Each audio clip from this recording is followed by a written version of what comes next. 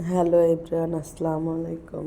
আজকে আমি আপনাদের সাথে সকালে ঘুম থেকে উঠে দুপুরের জন্য কী কী রান্না করলাম সেগুলোই শেয়ার করব। এই যে আমি আদা রসুন কেটে রাখছিলাম, ওগুলি ব্লেন্ডার করা লাগবে। আজকে সকালে উঠে লতি কাটছি, আজকে কাটতে কাটতে আমার হাত ব্যথা হয়ে গেছে। সো আমি এখন এই তো আদা রসুনটা ধুয়ে ব্লেন্ড করে নিলাম। এখন আমি দুপুরে রান্না চড়াবো। প্রথমে পেঁয়াজ কুচিগুলি দিয়ে মরিচ দিয়ে সুন্দর করে ভেজে তেলটা গরম করে নিয়েছিলাম। তারপর আমি সুন্দর করে ভেজে এর ভিতরে কিছু চিংড়ি মাছ আগে আমার বাছা ছিল, এটা আপনারা আমার ভিডিওতে দেখছেন। দেন আমি লবণ দিয়ে দিলাম, দেওয়ার পরে একটু হলুদের গুঁড়া দিয়ে দিলাম, দিয়ে এটা সুন্দরভাবে নাড়াচাড়া করে নিলাম। করে নেওয়ার পরে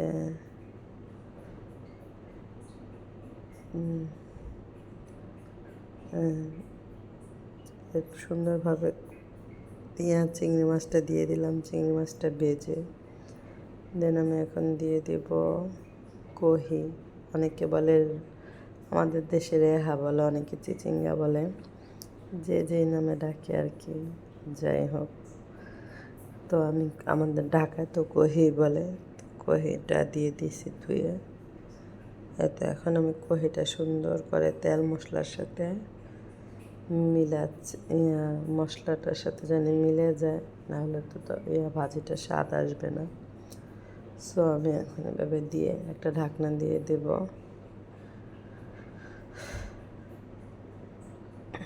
দেন আমি আরেকটা চুলায় ভাত বসাইছি, ওইখানে ভাতের পানিটা রাখা ছিল। এই তো আমার ভাতও হইতেছে, ঠিক আছে।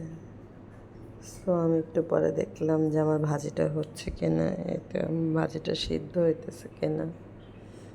দেখি যে না, ভাজিটা প্রায় সিদ্ধ হয়ে যাচ্ছে। দেন আমি চলে গেলাম মাঠটা গালায়। আমি একটা পাতিলে, আমার একটা কড়াইতে আমি সুন্দর করে নিয়ে নিলাম পেঁয়াজ, কাঁচামরিচ, প্লাস এটা দিয়ে আজকে আমি লতি চিংড়ি রান্না করব। এত পেঁয়াজ আর কাঁচামরিচ হালকা লালচে ভাজা হওয়ার পর পরিমাণ মতো হলুদের গুঁড়া, পরিমাণ মতো লবণ, মরিচের গুঁড়া, তারপরে এটা আমি সুন্দর করে মিশিয়ে নেব। নেওয়ার পরে আমি একটু আদা রসুন বাটাও দিয়ে দেব। দিয়ে দিলে তরকারির ঘনত্বটা বেড়ে যাবে, ঠিক আছে। দেন আমি এখন এটা সুন্দরভাবে মশলার সাথে ভেজে একটু চিংড়ি মাছ দিয়ে দেব, যেহেতু লতিটা চিংড়ি মাছ দিয়ে রান্না হবে। দেন আমি এই তো চিংড়ি মাছটা ভাজতেছি, এদিক দিয়ে আমি দেখতেছি যে আমার কহি ভাজিটা হইতেছে কিনা। এই তো মোটামুটি হয়ে গেছে, এখন পানিটা শুকায় নিব। প্লাস আমি অন্য সাইডে দেখতেছি, একটু পরিমাণ মতো পানি দিয়ে দিলাম। দিয়ে দেওয়ার পরে এখন আমি তরকারিটা সুন্দরভাবে কষায় নেওয়ার পরে পানি দিয়ে সুন্দরভাবে আগে একটু কষিয়ে নেওয়ার পরে এদিকে দেখলাম আমার ভাজি হয়েছে। ভাজিটা আমি একটা বাটিতে সুন্দর করে বেড়ে নেব। দেন আমি ওই চুলাতে যাব যে আমার তরকারিটা মোটামুটি হয়ে আসছে। এখন আমি লতিগুলি দিয়ে দিব সিদ্ধ করতে। আর লতি খেলে কিন্তু শরীরে রক্ত পরিষ্কার হয়। আমি লতি, কচু এগুলি খাওয়া প্রত্যেকটা মানুষের জন্যই ভালো। আর লতি আমার কাছে খুব ভালো লাগে। লতি আমি খালি খালিও খেতে পারি। দেন এখন আমি মশলার সাথে লতিগুলি নিয়ে নিলাম।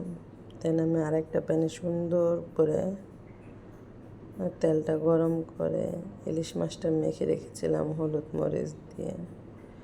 এখন আমি এক এক করে ইলিশ মাছটা আজকে ভাজবো। আজকে আমার রেসিপি হবে ইলিশ মাছ দিয়ে আলু বেগুন দিয়ে রান্না করব। এই জন্য আমি গরম তেলে ইলিশ মাছগুলি ভাজতেছি, এক এক করে দিয়ে দিচ্ছি। সো এখন আমি এদিকে আমার অনেকগুলি কাজ ছিল। আমার হেল্পিং হ্যান্ড যে বুয়া মানে আন্টি 2 দিন যাবত আসতেছিল না, আমি একা একা কাজ করতে, আর আমার 3টা বাচ্চা এই সামলাইতে হয়। আমি পারি না অনেক সময় অনেক কিছু, তারপরে খুব কষ্ট করে রান্না করে আপনাদের দেখাই। এই তো দেখেন আমার লতিয়ার চিংড়িটাও মোটামুটি হয়ে গেল। যে কষ আমি আর একটু পানি দিয়ে দিলাম, কারণ ভিতর থেকে যদি না সিদ্ধ হয় তাহলে মজা লাগবে না। ঠিক আছে, এদিকে আমি ইলিশ মাছটা উল্টাই নিতেছি। নেওয়ার পরে আমার এটার সামনে একটা স্টিলের বাটি দেখা যাচ্ছে। এটা আমি তরকারিতে পানির পরিমাণ কতটুকু দিই বা কি জন্য রাখা হয়। দেন আমি এখন ইলিশ মাছ সবগুলি ভেজে ফেলবো, আরও কয়েকটা। এই তো, আর আমি এখানে লতিটাও দেখতেছি যে না, লতিটা সিদ্ধ হচ্ছে। এখন আমি টেবিলে কহি ভাজিটা নিয়ে আসলাম, সেটা আপনাদের সাথে ভিডিও করে শেয়ার করলাম। দেখেন তো আমার ভাজিটা হওয়ার পরে কেমন সুন্দর লাগতেছে। তারপর আমি আরেকটা বাটিতে আমার লতি আর চিংড়ি নিয়ে আসলাম। এটাও কেমন হয়েছে প্লিজ কমেন্ট করে জানাবেন। এখন আমি এই আরেকটা তরকারিতে ইলিশ মাছের তরকারিটার মধ্যে পেঁয়াজ আলু সুন্দর করে দিয়ে, এটার মধ্যে আলু বেগুন টমেটো দিয়ে সুন্দর করে কষিয়ে নিলাম। কষিয়ে নেওয়ার পর এক এক করে একটা করে ইলিশ মাছ দিয়ে দেবো। এখন দিয়ে পরিমাণ মতো পানি দিয়ে দেব। দেওয়ার পরে আমার মাছটাও সিদ্ধ হয়ে যাবে, সবজিগুলি সিদ্ধ হয়ে যাবে। এতে আমার তরকারিগুলো মানে খেতে ভালো লাগবে। দেন আমি এখন মাছগুলি সব দেওয়ার পরে পরিমাণ মতো পানি দিয়ে দেব।